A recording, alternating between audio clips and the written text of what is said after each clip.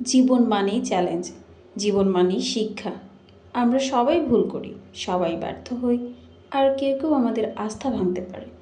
কিন্তু মনে রেখো, এসব আঘাত আমাদের নয়, আমাদের শক্তিকে মাপার সুযোগ করে দেয়। নিজের উপর বিশ্বাস রাখো, এটাই তোমার সবচেয়ে বড় অস্ত্র। নিজের স্বপ্নে বিশ্বাস রাখো, কারণ স্বপ্নই পথ দেখায়। মানুষ আঘাত দিতে পারে, পরিস্থিতি থামাতে পারে, কিন্তু বিশ্বাস থাকলে কোনো বাধাই চিরদিন টিকতে পারে না।